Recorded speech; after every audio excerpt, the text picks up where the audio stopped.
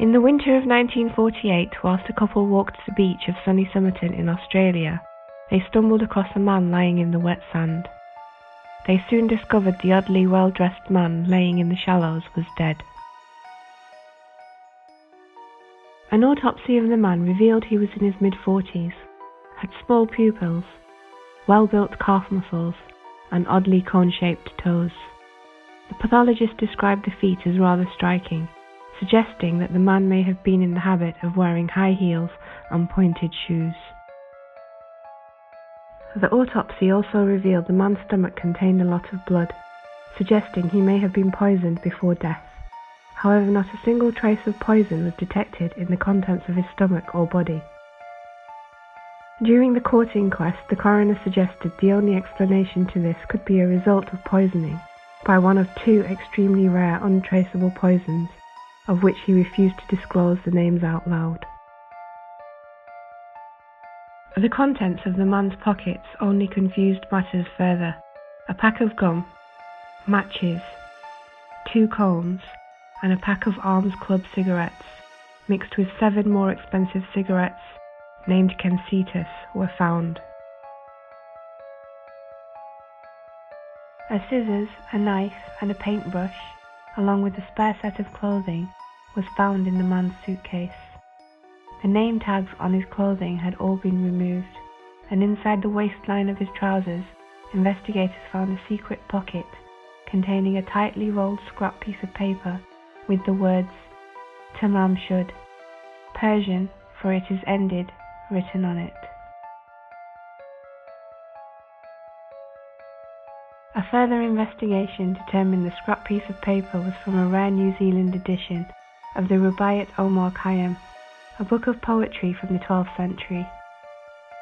2 men who had read about the case in the local papers remembered seeing a copy of the book in the back seat of a car. They recovered it and delivered it to the police. The last page that would have contained the scrap piece of paper was torn out. Investigators concluded the paper found in the man's hidden trouser pocket was indeed the missing page of the book. An ultraviolet scan of the book revealed a handwritten cipher. To this day, the cipher has not been unencrypted. Some years after the war, police found another dead man in Australia. He too had a copy of the Rubaiyat of Omar Khayyam. Oddly though, this man's book was printed as the 7th edition. However, historians, publishers and librarians across the world testify there were only ever 5 editions printed. So how did this man come to own the 7th? Perhaps the Rubaiyat of Omar Khayyam is not a book at all, but spy gear in disguise. The case remains unsolved.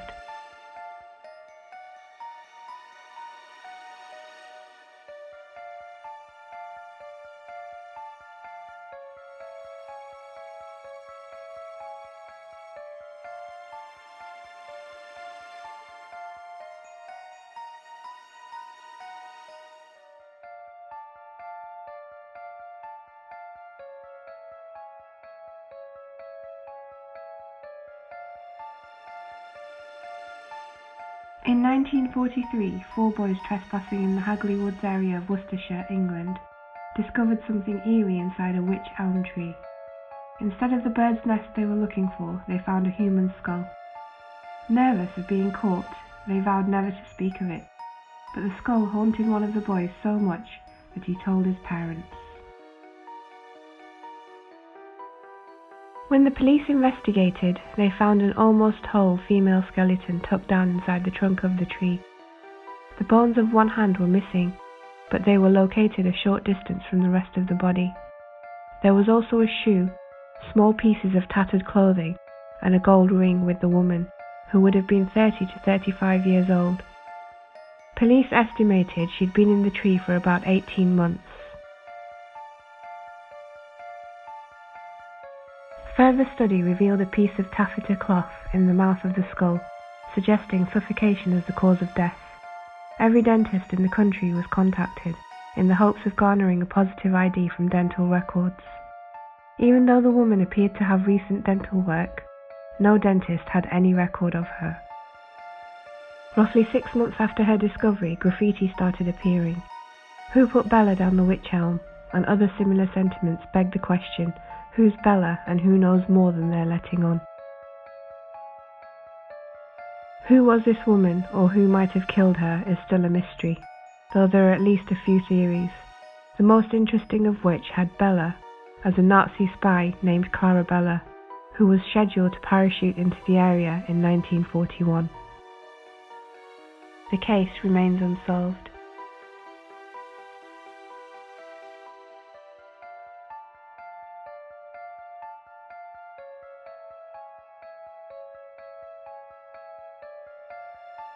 In 1921, someone found a young boy's body in a pond behind a stone company in Waukesha County, Wisconsin. The blonde, brown-eyed lad suffered blunt head trauma before entering the pond. According to police, the boy was 4 to 7 years old. His fancy clothes suggested he was from an affluent family. Nobody came forward to claim the boy, not even an acquaintance. Investigators nicknamed him Little Lord Fauntleroy, likely due to the boy's ruffled blouse made popular in the novel by the same name. An employee of the nearby stone company remembered a couple stopping in and asking if anyone had seen a small boy in the area several weeks prior. The woman was visibly upset, and the man with her was walking near the pond. They left without answers, however, and were never seen or heard from again. After no more leads surfaced, the boy was buried in Prairie Home Cemetery. A local named Minnie Conrad raised funds for the burial. Townspeople later reported seeing a woman in a dark veil visiting the gravesite several times. Almost 29 years later, a medical examiner from Milwaukee thought that the case of Little Lord Fauntleroy may be connected to Homer Lee. The 6-year-old Lee disappeared around the same time the boy in the pond died, but Lee father insisted that his son died in a car accident in South America. Detectives were unable to find any public record of the accident. The case remains unsolved.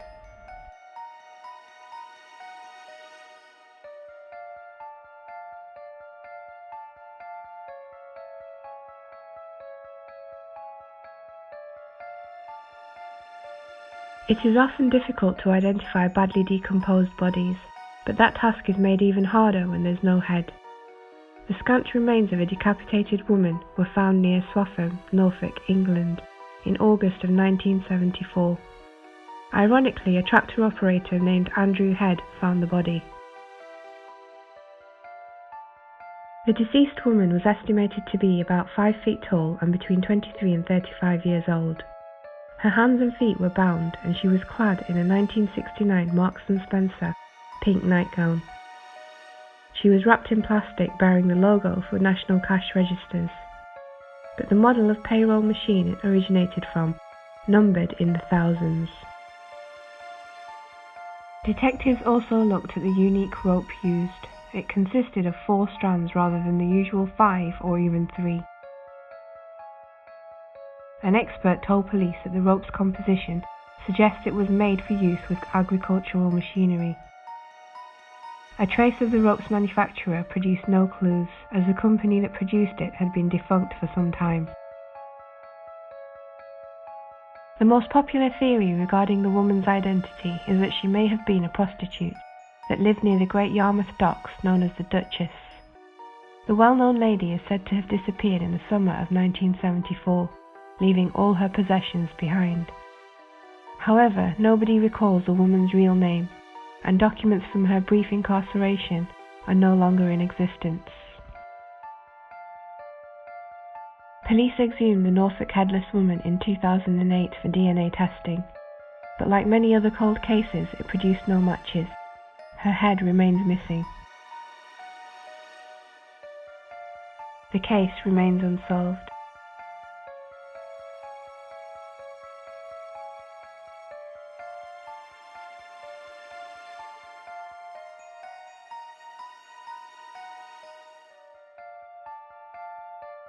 In this unsolved murder, a teenager from Whitehaven, Pennsylvania, discovered the dismembered body of a pregnant woman. She had been separated into 3 suitcases and tossed over a bridge. Beth Doe had been sexually assaulted, strangled, then shot in the neck. Her unborn daughter's remains were tucked in the suitcase with her. The killer neatly removed Beth Doe's ears, nose, and breast with a serrated blade. They were not in the suitcases and were never found. Tooth enamel testing revealed that the victim was likely from a European country, but moved to the US as a child. At the time of death, she was only in her late teens, or possibly early 20s. The 3 suitcases the remains were found in were all the same size. 2 of them were blue in colour, one was blue and tan plaid. The handles had been cut off of the suitcases before they were dropped at the site, and the zippers had been painted with flat black paint.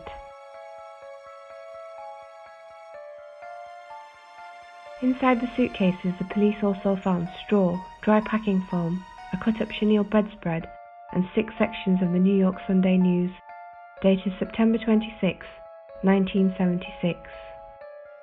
The bedspread was most likely originally pink in colour. However, the worn and dirty condition made it appear more rust or coral coloured.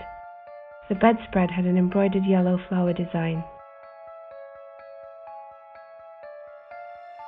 Investigators theorized that the killer threw the suitcases containing Beth Doe off the Lehigh River Bridge as they travelled westward.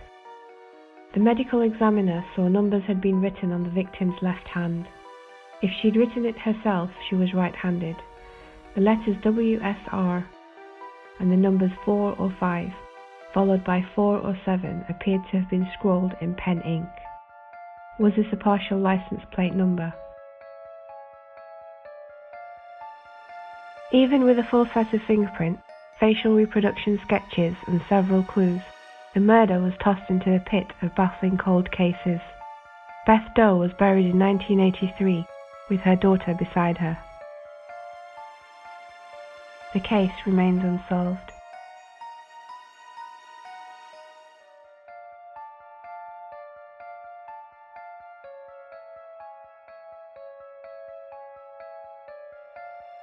He is known as one of America's most famous cold cases.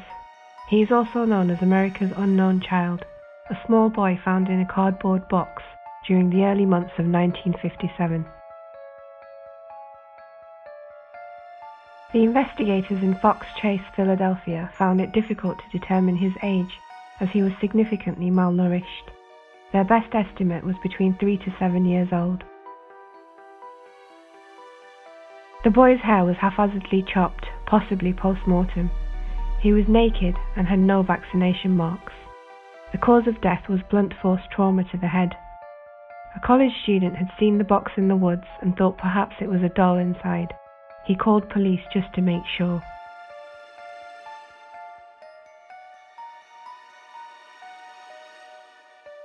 The police were so desperate for information that they even used a psychic, who led investigators to a foster home close by to where the killer discarded the boy.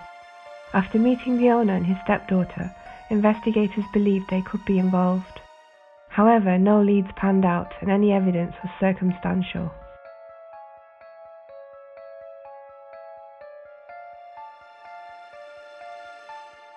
Then 43 years later, on the anniversary of the boy's discovery, the police received a strange call from Ohio.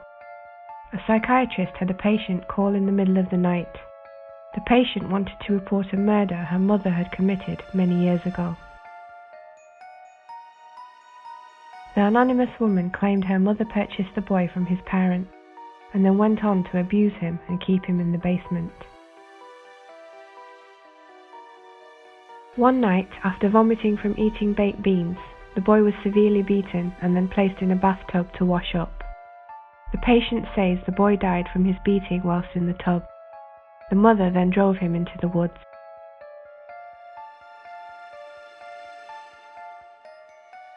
Even though the patient's story collaborated with some facts not ever made public, like the boy's last meal of baked beans, police doubted the memory. All of the former neighbours with access to the house said it was impossible that a young boy had lived there. Furthermore, the patient's history of mental illness did not make her a viable source of information, police insisted. It is also theorized that whoever had custody of the boy perhaps dressed him as a girl. That could explain the hasty haircut and the fact that his eyebrows appeared to be plucked. The case remains unsolved.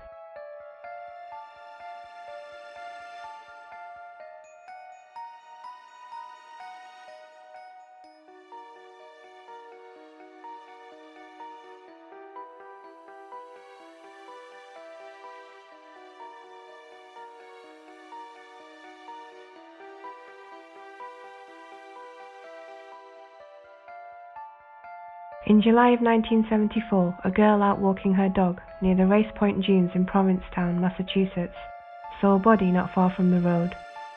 The auburn-haired woman was face down, missing both hands and a forearm, and her head nearly severed. Her skull was crushed, and she'd been sexually assaulted, possibly after death. Police found her Wrangler jeans and blue bandana under her head. There were 2 sets of footprints leading to the area and the tyre tracks not far away. Examiners estimated she'd been dead close to 2 weeks. Though the victim had some extensive and costly dental crowns, some of her teeth were missing. "I don't believe that she was a poor innocent," Detective Warren Tobias told the Boston Globe. His speculation places the victim as Rory Jean Kessinger, an inmate who landed in prison on robbery and assault charges. She'd escaped before her trial with the help of an accomplice, and police had never located her. Another possible lead in 1981, when investigators learned a woman who looked like the victim had been with mobster Whitey Bulger around the time she presumably died. Bulger was known for removing his victims' teeth, but a definitive link remains to be made. Serial killer Haddon Clark had given a confession to this unsolved murder. However, he is also a paranoid schizophrenic who refuses to tell the police the woman's name. With regard to the woman's identity, there has been recent speculation that the Lady of the Dunes could have been a movie extra in the film Jaws. Filmed in June of 1974, 100 miles from Provincetown, Joe Hill, the son of author Stephen King, told an FBI investigator that during the film's July 4th crowd sequence, he saw a woman fitting the woman's description wearing a blue bandana and jeans. It may be far-fetched, but in a cold case such as this, no stone can remain unturned. The case remains unsolved.